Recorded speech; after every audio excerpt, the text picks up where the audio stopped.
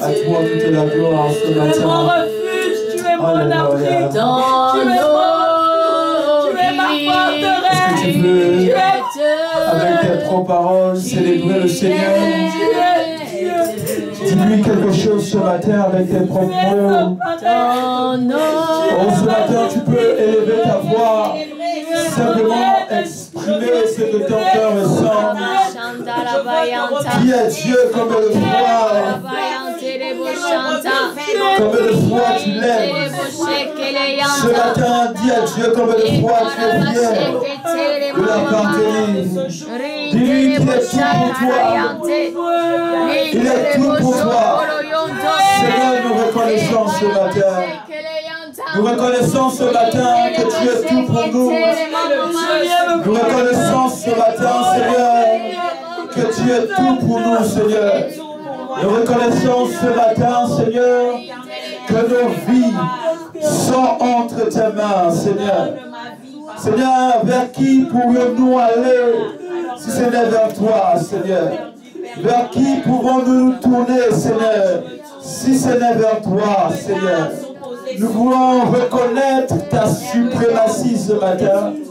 Nous voulons reconnaître, Seigneur, ta grandeur dans nos vies ce matin. Nous voulons simplement te dire, reçois toute la gloire. Reçois la gloire qui t'est due, Seigneur. Seigneur, tu es celui qui nous conduit chaque jour. Seigneur, tu es celui qui nous rend meilleurs chaque jour, Seigneur. Tu es celui qui nous transforme par le canal de ta parole, Seigneur. Nous voulons te dire combien de fois, Seigneur, nous sommes confiants en toi, Seigneur. Confiants dans le nom de Jésus de Nazareth, Seigneur. Merci parce que chaque jour, Seigneur, tu nous rends meilleurs. Merci parce que chaque jour, Seigneur, tu nous rends meilleurs, Seigneur. Tu nous rends meilleurs, Papa. Merci parce que chaque jour, Dieu de gloire, tu fais de nous des hommes et des femmes mis à part pour toi, Seigneur. Pour accomplir ta volonté, Seigneur. Pour accomplir ce que tu désires. Merci parce que chaque jour est un jour de transformation, est un jour de renouvellement, Seigneur.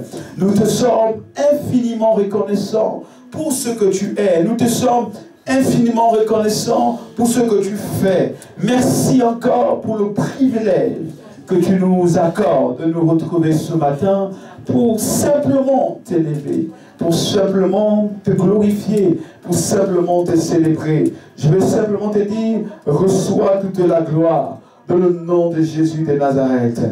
Alléluia. Amen. Est-ce que tu peux encore acclamer Dieu très fort ce matin? Alléluia. Gloire au Seigneur. Alléluia. Thank you, Jesus. Alléluia. Salut 2-3 personnes ce matin. Alléluia. Gloire à Jésus. Ce matin, voir 2-3 personnes. Et bien quelqu'un ce matin, bienvenue en ce lieu. Alléluia, salut 2-3 personnes ce matin, dis bienvenue en cet endroit. C'est la journée que le Seigneur a fait. Alléluia, gloire à Dieu. Gloire au Seigneur, nous célébrons son Saint-Nom. Bienvenue à tous ce matin, bienvenue au CEPAL. Bienvenue au centre prophétique et à toutes les nations. Bienvenue à vous qui nous recevez via les médias, via Facebook, via YouTube. Bienvenue à vous. Bienvenue au CEPAL de l'église de Genève et aussi de Londres. Que Dieu vous bénisse. Alléluia. Nous sommes très heureux ce matin de nous retrouver. Ce matin est une matinée spéciale. Nous sommes au premier dimanche de l'année. Nous sommes au premier dimanche de l'année 2019. Et c'est pour nous ce matin un dimanche particulier. C'est un dimanche d'action de grâce. Parce qu'en ce dimanche, nous voulons simplement remercier Dieu pour ce qu'il a accompli dans nos vies. Nous voulons simplement lui être reconnaissants pour ce qu'il a fait dans nos vies. Alléluia. Parce que nous savons que notre Dieu est celui qui fait toujours. Là où les hommes ne peuvent plus intervenir, lui il intervient toujours. Et là où les hommes ne peuvent plus nous soutenir, Dieu est celui qui nous soutient toujours. Alléluia. J'aime bien Dieu parce qu'il dit dans sa parole, il dit, est-ce qu'une femme peut-elle oublier le fruit de ses entrailles? Mais si elle oubliait, moi l'Éternel, je ne t'oublierai jamais. Cela prouve à suffisance que Dieu veille sur nous. Amen. Cela prouve à suffisance que Dieu nous connaît. Oh, dis à quelqu'un ce matin, Dieu te connaît. Dieu te connaît. Dieu te connaît, mon frère. Dieu te connaît, mon frère. Dieu te connaît, ma soeur. Dieu te connaît, ma soeur. Alors reste tranquille. Alors reste tranquille. Alléluia. Dis à ton frère, Dieu connaît ta situation. Dieu connaît ta situation. Oh, Dieu connaît par où tu passes. Dieu connaît par où tu passes. Oh, reste tranquille. Reste tranquille. Car il le contrôle. Amen. Oui, parfois nous nous interrogeons, nous nous pleurons, nous nous questionnons, est-ce que Dieu me connaît? Est-ce que Dieu sait par où je passe? Est-ce que Dieu connaît la douleur qui me fait face? Est-ce que Dieu connaît les persécutions qui sont grandes? J'aimerais dire à quelqu'un ce matin que Dieu te connaît. Alléluia. Dieu connaît par où tu passes. En fait, je te dirais que Dieu te voit dans le noir, dans un trou noir, au fond d'un trou noir, ambiant noir, Dieu te voit quand même. Alléluia. Alléluia. Parce que là où les hommes ne peuvent plus voir, Dieu, lui, il voit. Amen. Là où les hommes ne peuvent plus entendre, Dieu, lui, il entend. Alléluia. Là où les hommes ne peuvent plus soutenir, Dieu, lui, il soutient toujours. Alléluia. C'est pourquoi il nous connaît. Amen. Oh my God. Mon plus grand désir et ma soif, c'est simplement d'être connu par le Seigneur. Amen. Amen. Vaut mieux être connu par Dieu et ne pas être connu des hommes. C'est le plus important, être connu de Dieu. Gloire soit rendue au Seigneur. Ce matin, je vais introduire le thème de cette année que nous avons commencé à aborder vendredi, lundi dernier, lundi 31. Nous sommes cette année, Dieu nous a parlé et je bénis Dieu pour ce qu'il a fait dans nos vies en 2018, pour ce qu'il a accompli. Beaucoup d'entre nous avons expérimenté la puissance de Dieu. Et beaucoup d'entre nous avons vu Dieu agir. Beaucoup d'entre nous avons vu la manifestation de Dieu. Dieu était avec nous en 2018. Qui peut le dire hautement ce matin que Dieu était avec moi en 2018? Alléluia. Dieu était avec moi en 2018. Par où tu es passé, Dieu était avec toi. Alléluia. Dieu a été avec nous en 2018. Et le même Dieu aujourd'hui qui est avec nous en 2019. Amen. Amen. Et le thème de cette année, et je crois que Dieu va nous faire entrer dans cette vision. Le thème de cette année, c'est simplement triompher. Ou encore marcher dans le triomphe. Alléluia. Amen. Cette année, Dieu nous a parlé, il nous a dit, c'est l'année du triomphe. Alléluia. L'année du triomphe. Et ce matin, nous allons voir simplement un sous-point ce matin. Nous allons voir comment triompher de l'adversité, comment triompher de ses ennemis. Alléluia. Et nous verrons, n'est-ce pas, comment on peut triompher. Alléluia. Parce que durant l'année, nous verrons beaucoup de sous-points. Nous verrons comment triompher face aux persécutions, comment triompher effectivement, même sur le plan financier, sur le plan spirituel, par rapport aux batailles, aux combats dans lesquels plusieurs sont. Nous allons voir effectivement comment triompher de cela. Amen. Notre texte de base rapidement est le livre de Ésaïe chapitre 35. Ésaïe chapitre 35, verset 17. Ésaïe chapitre 35, verset 17. Si tu as trouvé ce matin, tu peux avec moi faire la première lecture. Ésaïe chapitre 35, verset 17. Merci Seigneur. Amen. Alléluia. Amen. J'aimerais dire que ce matin, notre Dieu est un bon Dieu. Notre Dieu est un bon Dieu. Non, je vous le dis ce matin. Notre Dieu est un bon Dieu. Amen. Ah, j'ai pas entendu. Notre Dieu est un bon Dieu. Amen. Et le diable est un mauvais diable. Amen. Même en tant que diable, il est mauvais. Alléluia. Gloire au Seigneur. Archbishop Duncan Williams a dit une fois que le diable et sa belle-mère sont des menteurs. Alléluia. Je ne sais pas si tu as une belle-mère. Alléluia. Mais ce que je sais, c'est qu'un menteur. Alléluia. Alléluia. Ésaïe chapitre 35, verset 10. Alléluia. Ésaïe 35, verset 10. Gloire au Seigneur. Amen. Merci Saint-Esprit. Alléluia. Tu peux faire la première lecture avec moi ce matin. Alléluia. Je lis la parole de Dieu dans Ésaïe 35, verset 10. Amen. Les rachetés de l'Éternel retourneront. Ils iront à Sion avec chant de triomphe. Et une joie éternelle couronnera leur tête. L'allégresse et la joie s'approcheront. La douleur et les gémissements s'enfuiront. Amen. Est-ce que tu peux encore reprendre ça, s'il te plaît, ma soeur? Les rachetés de l'Éternel retourneront. Ils iront à Sion avec chant de triomphe. Et une joie éternelle couronnera leur tête. Amen. L'allégresse et la joie s'approcheront. La douleur et les gémissements s'enfuiront. Amen. Dieu te bénisse. Alléluia. Voyez-vous, ce test est vraiment capital. Amen. En fait, ce test est une prophétie. Dites une prophétie. Une prophétie. Ce test est une prophétie que Dieu donne à son Église, que Dieu donne à ses enfants. C'est une prophétie que Dieu nous donne. Ok? Il dit dans les temps dans lesquels nous sommes, il dit les rachetés de l'Éternel retourneront.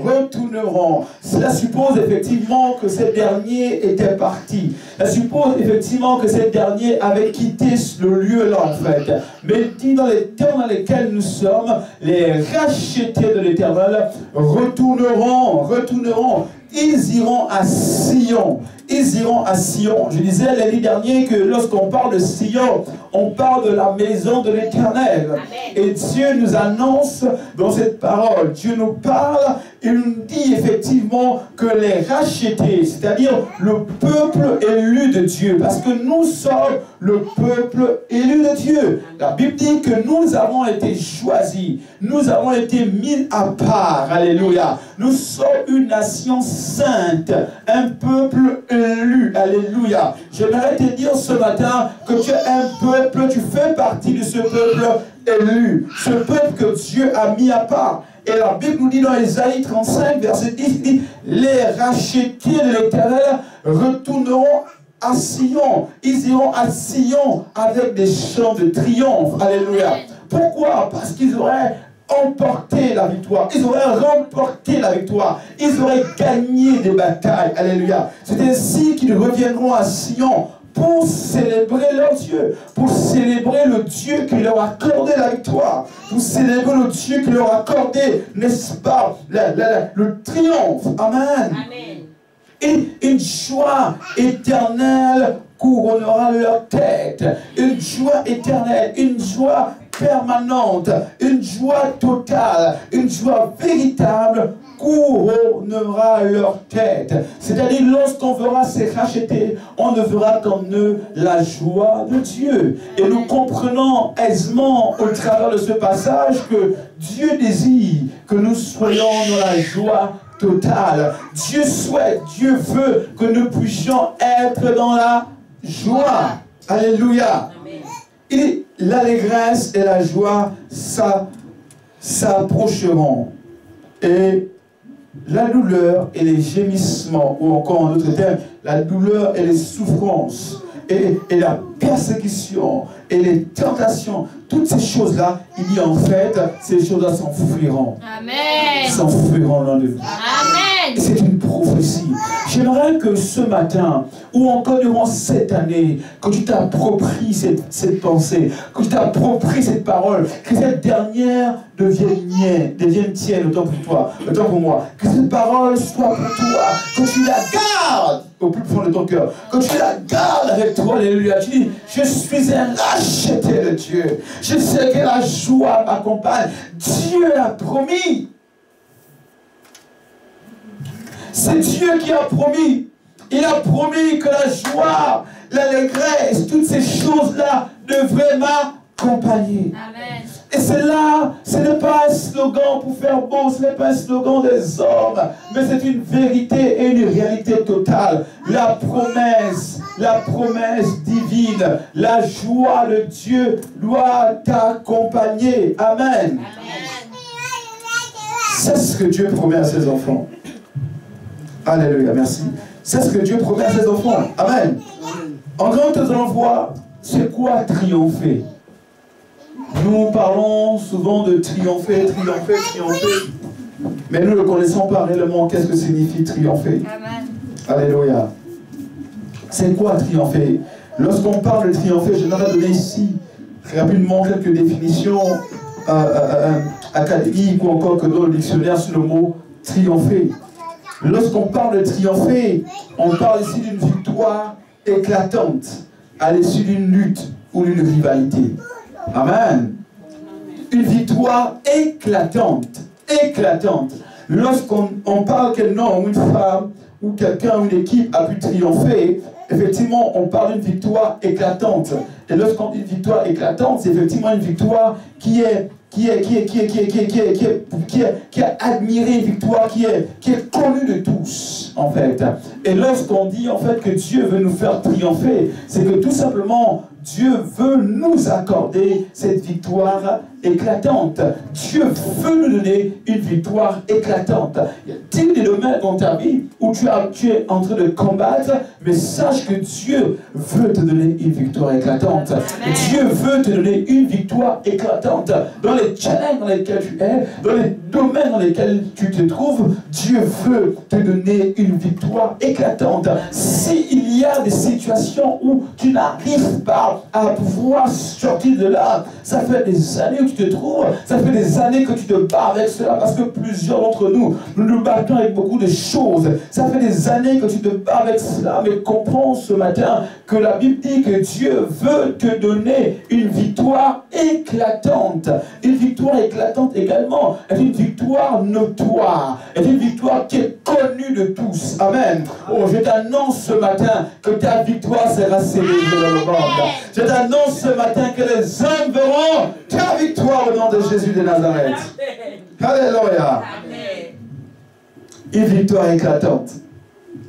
Lorsqu'on parle également de triomphe, on parle aussi généralement dans l'Antiquité d'un honneur qui était décerné à les généraux, généralement qui avaient remporté des grandes victoires pendant l'époque romaine, pendant encore où l'Empire romain dominait le monde entier. Et voyez-vous, généralement, quand des généraux étaient allés en guerre, et chaque fois qu'ils sortaient victorieux de ces guerres, n'est-ce pas, et quand ils rentraient dans leur camp, effectivement, ils étaient accueillis avec des chants, avec des louanges, des triomphes, ok?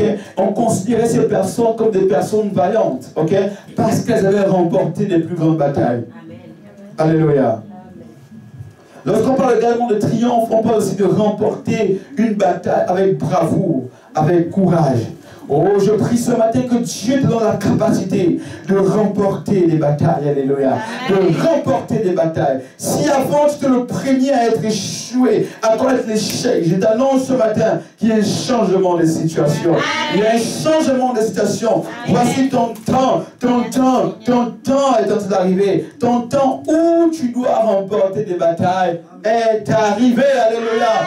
Aussi hier, c'était le perdant dans ta vie, le perdant dans tes finances, le perdant dans ta famille. Ce matin, je t'annonce que ton temps change. Le temps où tu dois remporter des batailles est arrivé. Alléluia. Amen. J'ai bien aimé une fois une prédication d'un homme de Dieu, le prophète Génie de l'Orego, quand il prêchait, il annonçait, il dit il y a ce qu'on appelle une inversion des sujets. Alléluia. Effectivement, lorsqu'on était au collège, et généralement lorsqu'on était en cours de français, on parlait de ce qu'on appelle une inversion de sujet. Okay? Parfois, le sujet venait à la première place, du moins au début de la phrase, mais quand on parle d'inversion de sujet, c'est que le sujet qui était à la première place passe à la dernière place. Ok? Vous voyez ce que je veux dire? Ok? Et laissez-moi vous dire une chose importante. Si tu étais sujet, n'est-ce pas, aux persécutions, si tu étais sujet à l'échec, si tu étais sujet, n'est-ce pas, au célibat, sujet au mensonge des hommes, sujet à toutes ces choses, je t'annonce comme un prophète ce matin qu'il y a une version de sujet, il y a une version de sujet, il y a une version de sujet, il y a une version de sujet. Amen. Ça veut dit également que hier, si c'était des sorciers qui dominaient sur toi, c'était des sorciers qui avaient l'emprise sur toi, si c'était des sorciers qui dominaient sur ta vie, je t'annonce ce matin qu'il y a une inversion de sujet à tel point que c'est toi qui domineras maintenant sur eux. Oh, je vois les démons fuir, je vois les sorciers s'enfuir, parce que Dieu t'accorde la victoire. La victoire est de ton côté au nom de Jésus. Alléluia. Oh, il y a une version de sujet dans ta vie. Alléluia. Si hier c'était toi qui demandais, qui passais de maison en maison pour demander de l'argent, je t'annonce ce matin que les gens viendront maintenant chez toi. Les gens t'appelleront maintenant. Les gens t'appelleront maintenant parce que tu deviens un pourvoyeur. Alléluia. Oh my God. Tu deviens un pourvoyeur. Alléluia. Dieu fait de toi une source de bénédiction pour tes proches. Je te parle ce matin, je t'annonce que Dieu fait de toi une source de bénédiction. Amen. My God. Alléluia. Alléluia. Est-ce que je peux continuer ce matin? Est-ce que je peux avancer ce matin? J'ai une version de sujet. Alléluia. Si hier c'était toi qu'on appelait la première pour faire la décoration de mariage des autres, je t'annonce ce matin que le temps vient où les femmes viendront décorer aussi ton mariage au nom de Jésus de Nazareth. Oh, si hier on t'appelait simplement pour garder les enfants des autres, je t'ai bénéficié, mais allez, laisse-moi te dire ce matin que le temps vient maintenant où tes enfants seront aussi gardés par d'autres femmes parce qu'il y a une inversion de sujet. Alléluia! Alléluia! Alléluia! My God! Yes! Yes! Yes! Alléluia! Amen! My God! Je sens l'onction prophétique ce matin. Je sens l'onction prophétique ce matin.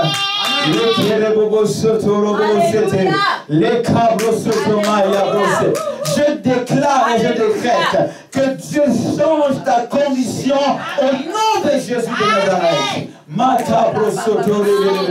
Je proclame que dans toutes les batailles où tu te trouves, que l'Éternel réponde de manière favorable dans ta vie au nom de Jésus. Je déclare et je décrète ce matin que ta vie devienne un terrain d'échec pour le diable. Au nom de Jésus, que ta vie soit un cimetière pour les sorciers, soit un cimetière pour les plans des démons. Au nom de Jésus de Nazareth, au nom de Jésus de Nazareth, toute flèche envoyée contre toi, toute parole mensongère envoyée contre toi, soit annulée ce matin au nom de Jésus de Nazareth. Au nom de Jésus de Nazareth, je prophétise que tes ennemis viendront contre toi par un seul chemin, mais l'Éternel les fera fuir par sept chemins. Je prophétise ce matin, je t'annonce ce matin, oh, une confusion totale dans le corps de tes ennemis. Yes! My God! My God! Triompher! Triompher! Triompher! Alléluia! Il y a quelqu'un ce matin, je triomphe. Je triomphe! Je triomphe. Je triomphe! My God! Thank you, Jesus. Hallelujah. Amen. Thank you, Lord. Thank you, Jesus. Wow. Lorsqu'on parle de triompher, également, on parle d'un succès décisif. Un succès décisif ou éclatant de quelque chose. Alléluia. Et lorsqu'on parle de triompher également, cela s'ajoute ou se suit avec le mot vaincre. On ne peut pas parler de triomphe sans évoquer le mot vaincre, ou encore remporter, ou avoir de l'ascendant, avoir cette domination. Alléluia. Amen. Triompher, c'est avoir la suprématie sur quelque chose. Avoir l'autorité sur quelque chose. Avoir la domination sur quelque chose. cela triompher. Lorsqu'on parle de triompher, effectivement, ici signifie en fait que ceux qui te dominaient hier, aujourd'hui, c'est toi qui as le pouvoir sur cette chose-là, en fait. Parfois, il y a des personnes qui sont, n'est-ce pas, sous la domination de la drogue, à tel point qu'elles ne peuvent pas s'en passer de la drogue, ok? La drogue a, n'est-ce pas, une domination sur ces personnes. Mais lorsqu'on dit une personne a triomphé de son addiction à la drogue, c'est que la personne arrive à dominer sur cela, à tel point qu'elle ne peut plus retomber dans la même chose. Amen. C'est cela en fait. Amen.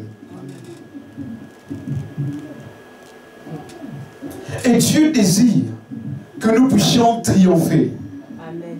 Dieu désire que nous puissions avoir la volonté. Comprenons aisément ce matin que c'est la volonté de Dieu que nous puissions triompher partout où nous allons. C'est sa volonté que nous puissions dominer partout où nous allons. C'est sa volonté que la victoire soit notre partage.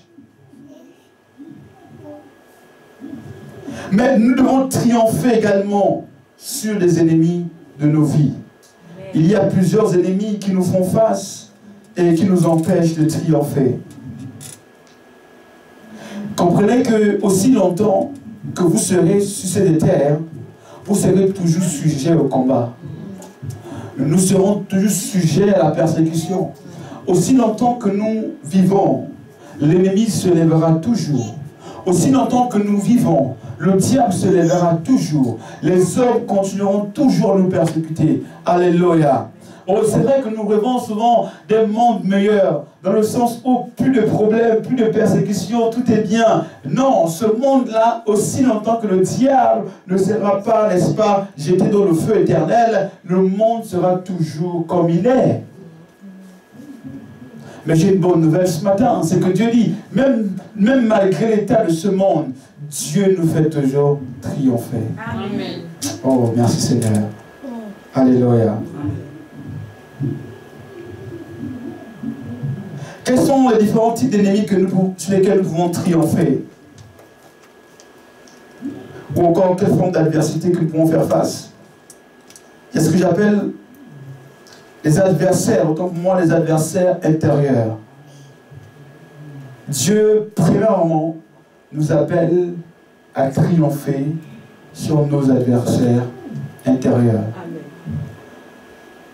Quand je parle d'adversaires intérieurs, ici, on touche tout simplement tout ce qui est lié à nous-mêmes, tout ce qui est rattaché à notre personne, tout ce qui émane de nous, ou tout ce qui est lié direct avec nous-mêmes.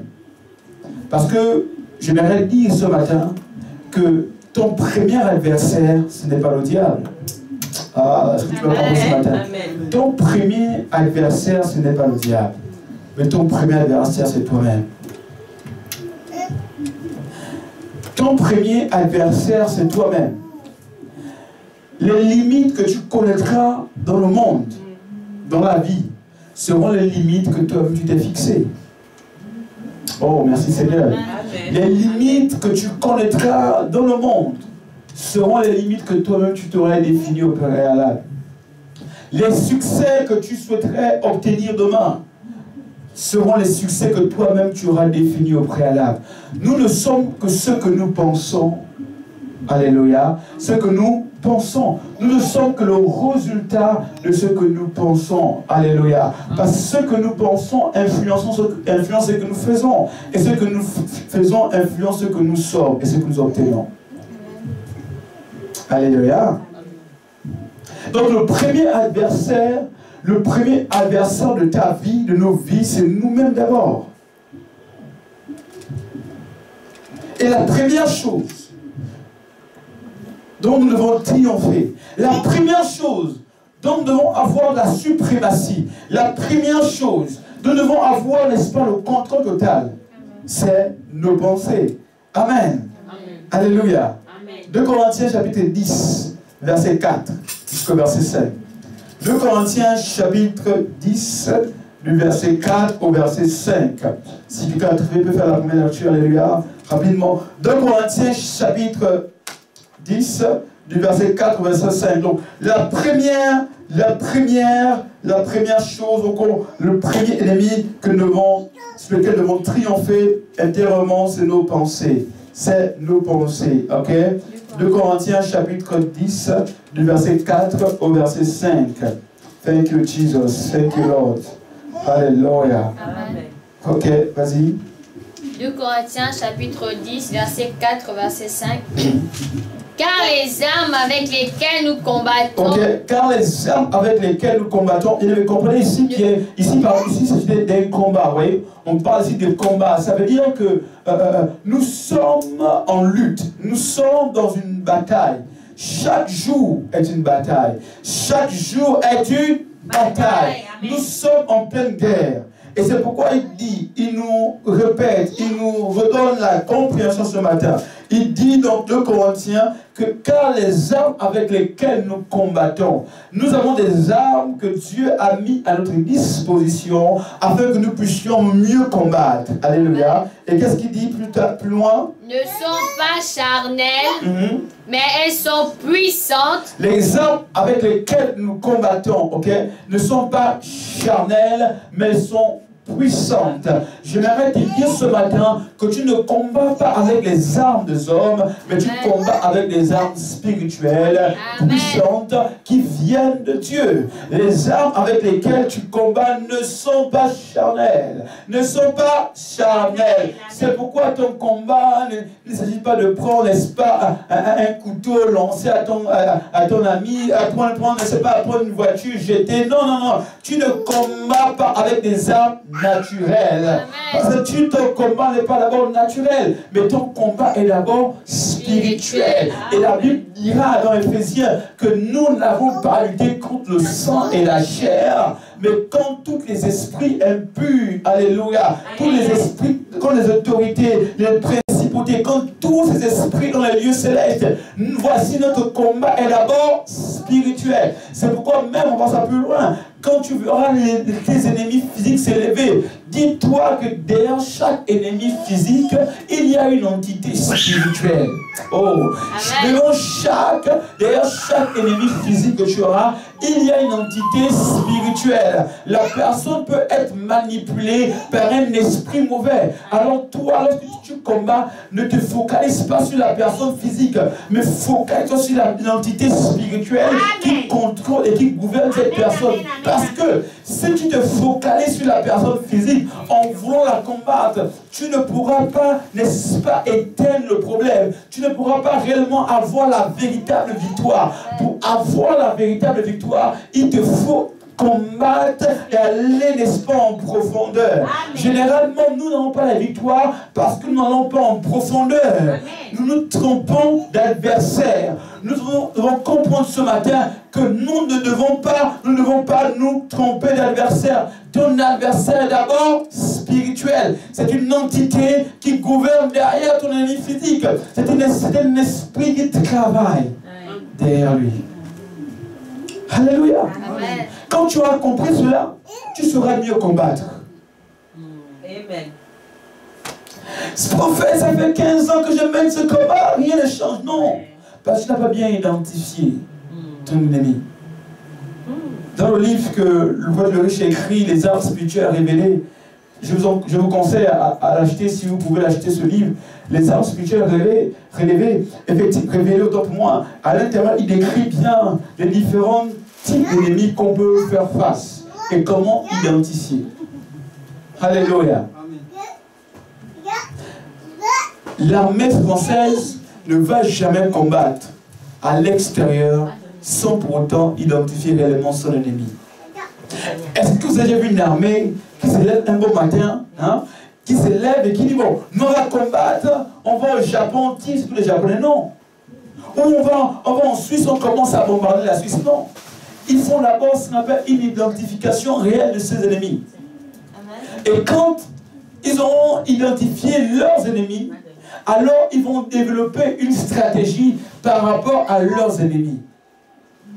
Après l'identification, vient ici la détermination de la stratégie adéquate à mettre en place afin de remporter la victoire. Amen. Parfois, tu peux identifier ton ennemi Mais la stratégie est mauvaise. Amen. Alléluia. Amen. Alléluia. Amen. Parfois, tu peux identifier tes ennemis, mais la stratégie que tu mets en place est une stratégie caduque. Alléluia. Amen. Qui est obsolète. Il n'y a plus d'efficacité. Je prends exemple. Autrefois, lorsque des guerriers, des soldats en guerre, généralement pendant l'époque romaine toujours, n'est-ce pas, les combats se faisaient avec des comment on appelle ça, les tirs, les arcs, c'est ça? C'est comme ça, on tirait une flèche, ils allaient effectivement combattre leurs ennemis, ils allaient tuer les ennemis. Mais aujourd'hui, nous sommes au XXIe siècle. Je ne pense pas que tu vas aller attaquer la Corée du Nord avec... ok? Non, il te faut de nouvelles armes. Oh, il te faut une mise à jour. Amen. Alléluia. Le combat que chaque fois que tu utilises la même méthode pour combattre, non, parfois, il y a d'autres choses que tu as besoin de mettre en place. Je n'ai pas la victoire, pourtant je connais qui me fait ça, je connais qui me mange, je connais qui me suce, qui me détruit, qui me mange à mon pied, qui me suce le soir, la nuit, je connais la personne, mais depuis que j'envoie ça, rien ne se passe. Oui, c'est parce qu'il te faut prendre une autre stratégie. Amen. Alléluia. Amen. Les armes avec lesquelles nous combattons ne sont pas charnelles, mais sont puissantes. Amen. Vas-y. Oh, je comprends le point. Par la vertu de Dieu. Par la vertu de Dieu. Pour renverser les forteresses. My God, arrête-toi là. Il dit, voici pour renverser les forteresses. Donc la première utilité des armes spirituelles que Dieu t'accorde, que Dieu nous donne, il dit c'est pour renverser les forteresses. Quand on parle des forteresses, on parle de barrières. On parle, n'est-ce pas, des choses qui sont liguées contre nous. On parle, n'est-ce pas, de principautés. On parle ici des choses, des forteresses, des choses terribles qui s'opposent à nous. On parle ici des géants qui combattent contre notre vie. Il dit, ces armes-là nous sont données pour un but, pour renverser les forteresses. Amen. Est-ce que vous me suivez ce matin? Amen. Alléluia. Amen. Pour renverser les forteresses. Nous renversons les raisonnements et toute hauteur qui s'élève contre la connaissance de Dieu. Amen. Il dit, nous renversons les raisonnements et toute hauteur qui s'élève contre la connaissance de Dieu. Ça veut dire que aussi longtemps que tu chercheras la connaissance, celle qui émane de Dieu, celle qui provient de Dieu, il y aura toujours des raisonnements qui t'empêcheront de pouvoir l'obtenir réellement. Il y aura toujours des personnes qui viendront te dire que ce n'est pas possible. D'autres te diront effectivement que tu n'es pas dans la bonne voie, sur la bonne voie. D'autres te diront effectivement que tu n'es pas capable de pouvoir toucher le cœur de Dieu. Des raisonnements humains s'élèveront toujours dans le but de t'empêcher d'obtenir la véritable connaissance. Et nous amenons toute pensée captive à l'obéissance de Christ. Amen, c'est là mon point. Il dit, et nous amenons toute pensée captive à l'obéissance de Christ. Ça veut dire, ici, dans la dimension du triomphe, tu dois avoir une certaine domination, encore je dirais, c'est une maîtrise sur tes pensées. Il dit, nous ramenons toute pensée captive à l'obéissance de Christ. Cela suppose également que si nous n'avons pas une certaine maîtrise de nos pensées, certaines d'entre elles s'éloigneront de Dieu. D'accord? Plusieurs de nos pensées s'éloignent de Dieu. C'est pourquoi j'ai dit le premier ennemi que nous pouvons avoir intérieurement, c'est nos pensées. Et nous ramenons captives toute pensée à l'obéissance de Christ. Cela veut dire également que plusieurs de nos pensées s'éloignent de la connaissance de l'obéissance de Christ. Cela veut dire également que, écoutez, comme j'aime bien souvent le dire, que pour contrôler des ordres, pour contrôler un peuple, il faut apprendre à contrôler ses pensées. Amen. Ceux qui tiennent les nations entre leurs mains arrivent d'abord à tenir les pensées des hommes entre leurs mains. Et c'est pourquoi Christ nous dit, d'abord dans Corinthiens, nous ramenons toute pensée captive à l'obéissance de Jésus-Christ. Ça veut dire, frère, ça veut dire, sœur, ce matin, que tes pensées doivent être tournées vers Jésus-Christ. La question que je me pose ce matin, où sont tes pensées? Même souvent, lorsqu'on vient à l'église, on vient physiquement, mais nos pensées sont dans les voyages, nos pensées sont encore à la maison, nos pensées sont dans la nourriture qu'on mange à midi. On est intéressé dans notre cœur. Prophète, termine vite la prédication. J'ai mon poulet qui m'attend. Alléluia. Je vais rentrer chez moi. Alléluia. Amen. Voici. Amen. Mais nous ramenons toute pensée à l'obéissance de Christ. Lorsque tes pensées sont soumises à l'obéissance de Christ, tu bénéficies d'une protection de Dieu. Et en fait, Dieu contrôle et Dieu protège tes actes. Souvent, nous nous éloignons de Dieu parce que nos pensées sont loin de Dieu. Souvent, nous commettons souvent des choses que nous ne voulons pas commettre parce que nos pensées sont loin de Dieu. Et c'est là où le diable, je suis au premier point. C'est vraiment très, très... Je voyais ce matin, je prêche doucement parce que j'aimerais enseigner ce matin. Ok? Et si tu n'arrives pas à maîtriser tes pensées, si je laisse la porte ouverte au diable, c'est là il vient, il s'infiltre.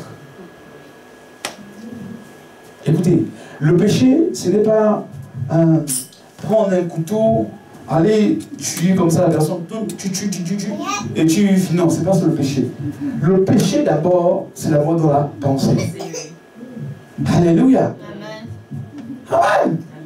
Jésus a dit ceci, celui qui a une femme, n'est-ce pas, et qui la convoite dans son cœur, a déjà commis l'adultère avec elle. Il te suffit, il n'a pas dit qu'il passe à l'acte, non, il dit qu'il pense, qu'il la convoite, qu'il la désire dans son cœur, a déjà commis un adultère avec elle. Ok? Ça veut dire quoi? Elle dit que le péché naît d'abord dans la pensée. Et ensuite, s'ensuit l'acte. D'accord? Quand tu veux voler, tu dis, ah, tu penses à quelque chose. Tu penses à une somme que tu as vue. Tu commences à te voir en train de voler ces 50 000 euros. Et avant de passer à l'acte, tu nourris cette pensée.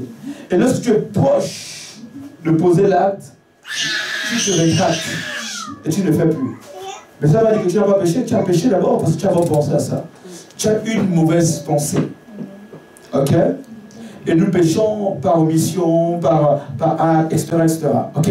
Donc, c'est pourquoi Dieu nous recommande d'avoir une certaine maîtrise. D'avoir une certaine maîtrise de nos pensées. Si tes pensées ne sont pas maîtrisées, laisse-moi te dire, tu deviens sujet au diable. Tu deviens vulnérable au diable.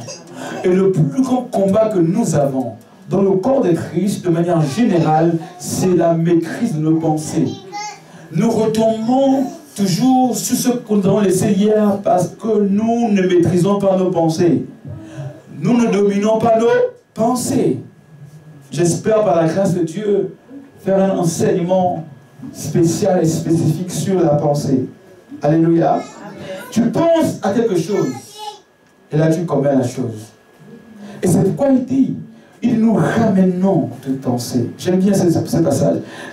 Nous ramenons toute pensée captive à l'obéissance de Christ. Mais tu as prié chaque matin quand tu t'es là. Tu as dit, Seigneur, que mes pensées soient tournées vers toi. Amen, amen, amen. Seigneur, guide-moi, Seigneur.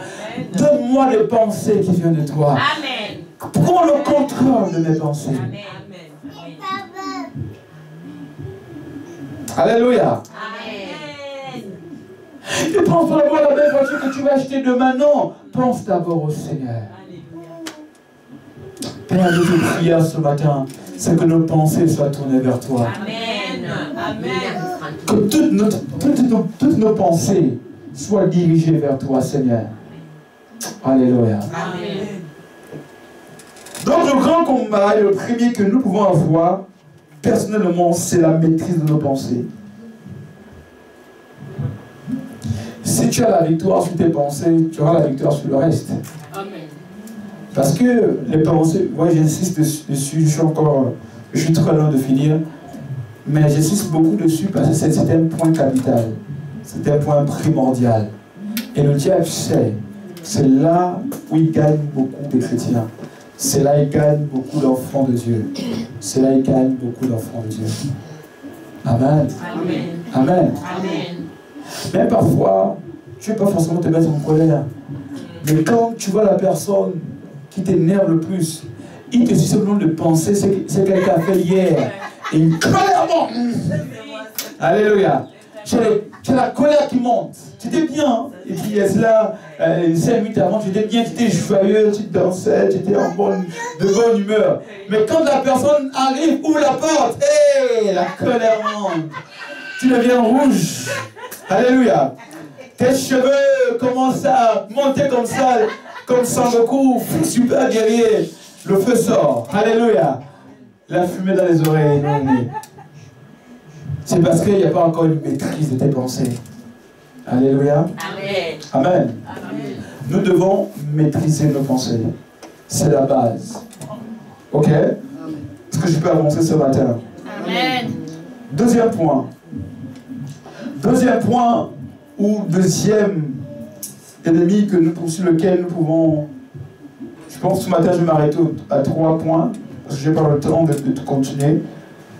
Mais le deuxième point, ou le deuxième ennemi que tu dois combattre, sur lequel tu dois avoir une domination totale, où tu dois triompher.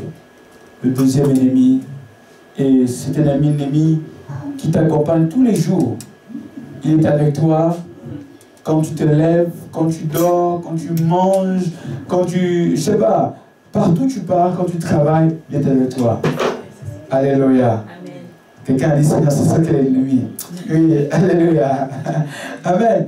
Le deuxième ennemi, pour ceux qui prennent les notes, le deuxième ennemi à combattre, c'est ta chair. Alléluia. Dis la chair. La chair. Amen. C'est la chair. Quand je parle de chair, je ne parle pas de ta chair humaine. Hein.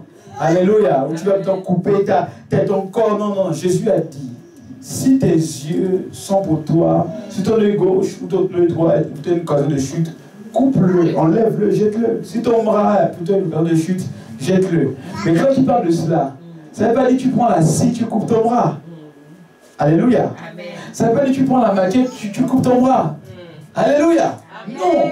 Ça veut dire également que si tu avais si tes yeux là, c'est-à-dire la convoitise qui dominait, tu ne peux pas passer sans convoiter personne. Alléluia. Il dit, fais en sorte que tes yeux-là disparaissent. Quand tu dis, Seigneur, enlève en moi cette convoitise. Amen. Amen. La chair, Dieu désire que nous puissions triompher sur la chair. Écoutez, je vais lire pour vous 1 Corinthiens 9, verset 7. 1 Corinthiens chapitre 9, verset 7. Alléluia. J'entends trop bien les amens. Alléluia. Amen. 1 Corinthiens chapitre 9, verset 7. 27. Il dit ceci, c'est Paul qui parle. Le grand apôtre Paul. Le grand apôtre Paul, autant pour moi, l'homme qui a écrit, n'est-ce pas, les épîtres, l'homme qui a été l'un des plus grands disciples, il dit ceci dans 1 Corinthiens chapitre 9, verset 27, ok, il dit ceci, il dit moi Paul, il dit, mais je traite durement mon corps. Dans d'autres versions, il dit ma chair, il dit, je traite durement mon corps. Ok? Je traite durement mon corps et je le tiens assujetti, de peur d'être moi-même rejeté après avoir prêché aux autres. Ah, Paul, même toi aussi. Alléluia. Non. Mais est-ce que tu peux me relire ce passage, s'il te plaît? Relis-moi ça, s'il te plaît, rapidement. L'apôtre Paul. Mais je traite durement mon corps. Mais je traite durement mon corps. Et je le tiens. Arrête-toi là, ma soeur. Doucement. Doucement. Aïe, aïe, aïe. Il dit, je traite durement mon corps. L'apôtre Paul. Est-ce que vous, regardez cela, L'apôtre Paul, il est plus grand que nous ici. Parce qu'il a fait avec Jésus-Christ, peu d'hommes aujourd'hui ont pu le faire. Et je ne sais pas si un jour, on atteindra son niveau. Mais toutefois, c'est l'homme le plus respecté, l'un des hommes les plus respectés de la foi chrétienne. Il dit quoi? Je traite durement mon corps. Ça veut dire qu'il ne laissait pas à son corps la possibilité d'avoir une certaine domination sur lui. Je traite durement mon corps et je le tiens à Paul dit par là, pour ceux qui ne comprennent pas, il dit par là qu'il avait une certaine maîtrise de son corps. Maîtrise de sa chair. Bon, mais nous, comme on dit, le Saint-Esprit est en nous. Oh, Jésus vit en moi. Oh, ma chair, je peux la laisser faire ce qu'elle veut, mais je le contrôle. Non. Non. Quand il dit je traite durant ma chair, il ne permet même pas à sa chair dans un lieu bizarre. Il ne permet même pas à sa chair d'être exposée à des choses bizarres où il sait qu'il a une faiblesse. C'est cela qui ça veut dire. Dans la version parole de vie, il dit je traite mon corps durement, j'en suis totalement maître. J'en suis totalement maître. C'est-à-dire qu'il ne laisse pas de ouvertures au péché. Parce qu'il sait que la Bible dit que la chair est faible. Alléluia. Amen. Traite durement ta chair. Traite durement ton corps. C'est là le secret.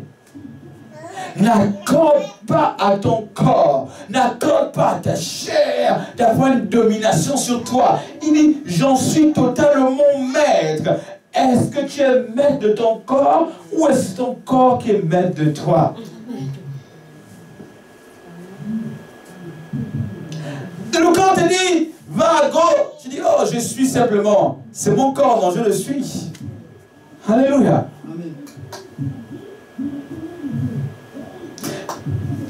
Parfois, nous tombons. C'est parce que nous sommes très laxistes. Je dirais, nous sommes trop laxistes. Nous aimons trop laisser faire. Ah, j'ai connu ça hier. Hier, je suis venu ici, j'ai pu résister. Je ne peux pas encore aller là-bas. Je vais encore résister. Ah! Non. Les gars, ah! Frère. Oh, je connais. Hier, j'étais là-bas. J'étais avec eux hier. Ils ont voulu faire 1, 2, 3, j'ai résisté, je ne suis pas tombé. Tu te rappelles le verset livre. Le même Saint-Esprit était avec moi hier. Il sera encore avec moi là-bas. Ah, frère. Dieu t'a fait grâce hier. Tu n'es pas tombé là-bas. Pourquoi tu vas encore aller là-bas? Hein? Après, te voici retourné le lendemain. Et que finalement, tu n'as plus la même force que hier. Et tu tombes, tu es en train de pleurer. Après, tu te consoles en disant, ah, Dieu seul sait pourquoi. C'était sa volonté. Il a voulu m'enseigner. Alléluia. Alléluia. Oh, le Seigneur voulait me parler, frère. Alléluia. Comment tu voulais te parler? Tu voulais te parler avant. Bien-aimé. Amen. Est-ce que je peux avancer ce matin? Amen. Qui sait que c'est vrai ce que j'ai dit ce matin? Je parle simplement de sa vérité. Il dit, je traite durement ma chair. Vas-y, termine le passage, s'il te plaît. Et je le tiens assujetti, de peur d'être moi-même rejeté, après avoir prêché aux autres. Alléluia. Je termine par là. Est-ce que vous comprenez ce passage? Est-ce que tu comprends ça? Il dit, je traite durement ma chair. Je la tiens assujettie. Afin que je ne sois point disqualifié moi-même. Je ne sois point rejeté moi-même après avoir prêché aux autres. Écoutez, je vais mieux vous expliquer cela. Ça veut dire quoi, en d'autres termes? Paul dit ici que prêcher l'évangile, annoncer Jésus, crier partout, n'est pas forcément une garantie pour lui d'être sauvé. Oh, merci Saint-Esprit. Le fait de prêcher pendant toute sa vie, Jésus de Nazareth, ici et là, n'est pas forcément pour lui une garantie d'être sauvé. Parce que s'il laisse une ouverture, même s'il prêche l'évangile, mais c'est une ouverture, elle laissée. Si une porte est ouverte, si la chair, n'est-ce pas, est laissée comme ça à l'abandon, il dit, moi, je peux être disqualifié. Ça veut dire, au dernier jour, tu peux être disqualifié. Et c'est pourquoi, généralement, pourquoi dans la Bible, il dit, Jésus qui parle, il dit, au dernier jour, beaucoup diront, n'avons-nous pas prêché l'évangile, n'avons-nous pas prophétisé en ton nom? Mais Jésus leur dira, je ne vous ai jamais connu. Et vous de moi, vous qui commettez l'iniquité. Pourquoi? Parce que ces personnes-là auraient laissé effectivement leur chair avoir l'emprise sur elles. Amen. Le plus grand combat de l'homme, vaincre sa chair. Amen.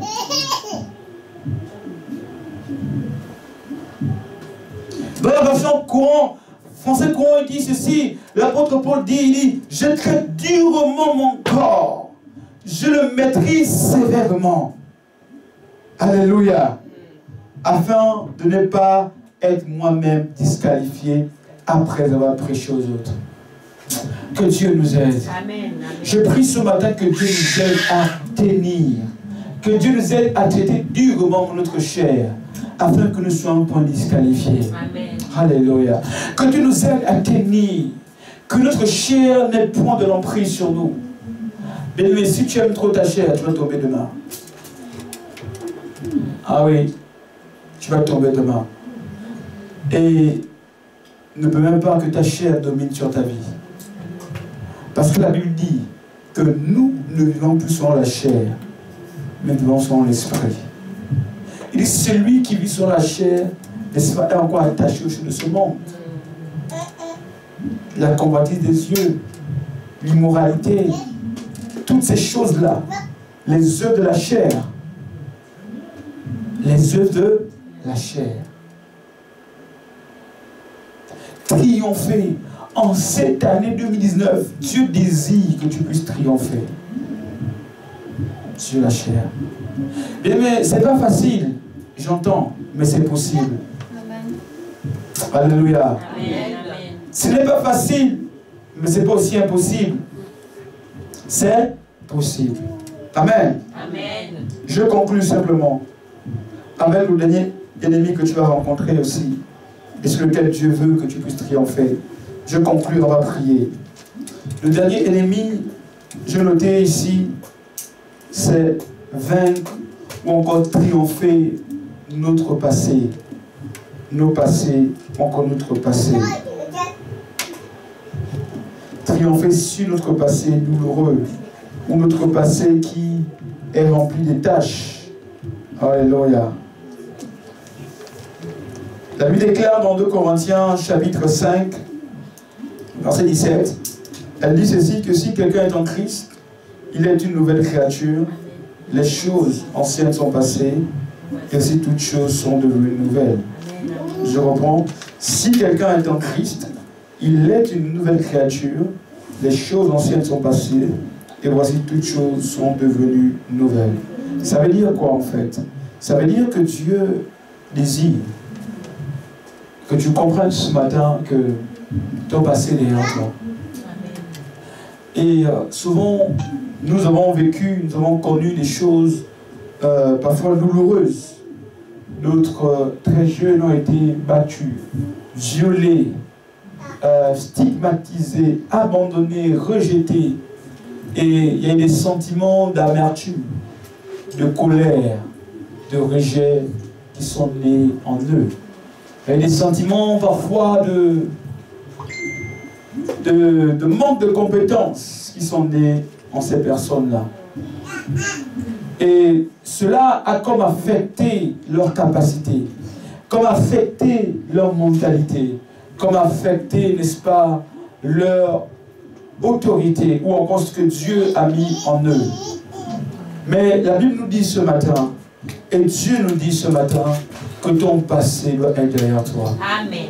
Peu importe les erreurs du passé, laisse-moi te dire que Dieu veut que tu puisses triompher sur ton passé. Que Dieu veut que tu puisses triompher sur tes erreurs du passé. Peu importe où Dieu est allé te chercher dans la boue de Nantes, je ne sais pas si à Nantes est la boue, mais dans la boue de Nantes, Dieu dit ce matin qu'il t'a déjà lavé. Amen. Des erreurs, tu pourras encore les commettre. Mais ce que tu dois savoir, c'est que Dieu t'a déjà pardonné. Et c'est là où tu dois triompher dessus. Peu importe les déceptions du temps passé, peu importe ce que tu as connu hier, peu importe le nombre d'échecs que tu as essuyés hier, laisse-moi te dire ce matin, tu dois triompher de ce passé. Ne vis plus dans le passé. Le passé ne doit pas être un lieu de résidence, mais un lieu de référence. Amen. Alléluia. Amen, amen, amen, amen. Tu ne dois pas habiter là-bas. Tu ne dois pas rester là-bas. Tu ne dois pas demeurer là-bas. Parce que ce que Dieu est sur le point de te donner, ou Dieu est sur le point de te faire entrer, est tellement grand comparé à ton passé. Amen. Aussi longtemps que tu aimeras ton passé, bien-aimé, tu ne pourras jamais voir ton avenir. Amen. Oh, c'est bien ce mot-là. Alléluia. Aussi longtemps que tu vas aimer ton passé, tu ne verras jamais ton avenir. Hein? Allô? Amen. Aussi, je répète, aussi longtemps que tu aimeras ton passé, tu ne verras jamais ton avenir. C'est par exemple une personne, un chauffeur qui roule. Est-ce que vous avez déjà vu un chauffeur quand il roule? Il ne regarde que les rétroviseurs, de gauche ou de droite, ou de devant. Il ne regarde jamais devant lui. Mais c'est ce chauffeur-là va dire pour aller faire des accidents. Amen. Alléluia. Amen. Il ne regarde que les rétroviseurs extérieurs. Il roule comme ça. Alléluia. Pourquoi? Les rétroviseurs, c'est le passé, c'est derrière. Alléluia. Amen. Alléluia. Amen. Les rétroviseurs doivent simplement te servir pour voir qui vient derrière toi ou comment était ton passé, comment était, n'est-ce pas, la voie que tu as dépassée, comment était, n'est-ce pas, le chemin par lequel tu es passé. Mais après avoir regardé derrière, regarde maintenant devant. Ne conduis pas en ayant tes yeux tout simplement braqués sur le rétroviseur arrière. Sinon, bien aimé, tu vas totalement et véritablement et assurément aller vers l'échec total. Et beaucoup d'entre nous, nous allons dans l'échec total parce que nous aimons regarder vers le rétroviseur. Alléluia. J'aimerais dire ce matin que ton futur est glorieux. Amen. Que ton futur est glorieux. Que ton futur est promoteur. Que ton futur est rempli de grands témoignages. Regarde vers l'avenir. Regarde vers ce que Dieu a pour toi. Parce qu'il dit dans sa parole, moi Dieu, je connais les projets que j'ai pour toi. Je connais les plans que j'ai pour toi. J'ai pour ta vie. Je connais les projets. Ni de malheur, mais les projets de bonheur. Oh, je bénis ce Dieu qui a pour moi des projets de bonheur. C'est pourquoi je peux dormir tranquille, car Dieu a pour moi des projets de bonheur. Je sais que Dieu a pour moi des projets de bonheur. C'est pourquoi je ne veux pas regarder à mon passé, même si mon passé me condamnait, même si les heures du passé, n'est-ce pas, avaient de l'emprise sur moi. Mais aujourd'hui, la Bible dit que si quelqu'un est en Christ, il est une nouvelle créature, une nouvelle création. Les choses anciennes sont passées. Je te dis ce matin, mon frère, ne me condamne pas par mon passé, mais regarde-moi maintenant par rapport à mon avenir. Alléluia. Alléluia. Ne me regarde plus par rapport à mon passé, mais regarde-moi maintenant par rapport à mon avenir, par rapport à ce que Dieu veut faire avec moi. Amen. C'est ça le plus important. Amen. Alléluia. Est-ce qu'on peut s'élever ce matin dans la prière? Alléluia. Alléluia. Amen. Dieu veut que nous puissions triompher. Amen. Amen. Et ce matin, nous avons vu 3 points. La semaine prochaine, je continuerai également sur d'autres éléments que nous devons triompher. Amen. Amen. Parce que Dieu veut nous faire faire de nous des hommes et des femmes de victoire. Amen. Amen. Et ce matin, nous avons vu des adversaires intérieurs, donc qui sont attachés à nous ou à nos vies. Alléluia. Le premier adversaire qu'on a pu voir, c'est effectivement nos pensées. Et nos pensées étaient notre premier adversaire que nous devons contrôler et dominer. Deuxièmement, c'est notre chair. Et troisièmement, notre passé. Amen. Et la semaine prochaine, nous verrons les adversaires extérieurs également. Ceux qui viennent de l'extérieur. Les influences qu'on peut avoir vers l'extérieur et qui nous empêchent de pouvoir avancer de l'avant. Amen. Simplement, nous allons prier. Commence à prier et commence à bénir Dieu. Dis simplement à Dieu, fais de moi un homme qui triomphe et qui domine sur mon passé, sur mes pensées, sur ma chair. Alléluia. Répète avec moi ce matin, Seigneur Jésus. Seigneur Jésus. Fais de moi un homme. Fais de moi une femme. Qui triomphe. Qui triomphe. Et qui domine. Et qui domine. Sur mes pensées. Sur mes pensées. Sur mon passé. Sur mon passé. Et sur ma chair. Et sur ma chair. Je déclare. Que je triomphe. Que je triomphe. En tout temps. En tout temps. Et en toutes circonstances. Et en toutes circonstances. Je déclare ce matin. Je déclare ce matin. Que je triomphe. Au nom de Jésus. Au nom de Jésus. Je vais lever ma voix. Seigneur, dans le nom de Jésus de Nazareth. Merci pour ta parole. Car ta parole est esprit et vie. Seigneur, merci parce que ta parole nous fait du bien. Ta parole nous change, Seigneur. Merci parce que tu nous aides ce matin à pouvoir triompher. Tu sais là où nous sommes faibles, Seigneur. Tu sais là où nous tombons régulièrement. Tu sais là où nous manquons de force, Seigneur. Mais nous voulons simplement dire ce matin que nous regardons qu'à toi seul, Seigneur. Parce que nous savons que c'est vers toi que nous vient le véritable secours. C'est pourquoi nous te demandons ce matin de faire de nous des hommes et des femmes de triomphe. Encourage-nous à dominer, à triompher devant l'adversité. Et ne permets pas que l'ennemi se réjouisse de nos vies, Seigneur. Mais donne-nous la victoire chaque jour. Fais de nous des hommes et des femmes victorieux et victorieux, Seigneur. Père, je t'en supplie que cette année de triomphe, qu'en cette année de triomphe, que nous puissions expérimenter le triomphe dans tous les domaines de notre vie.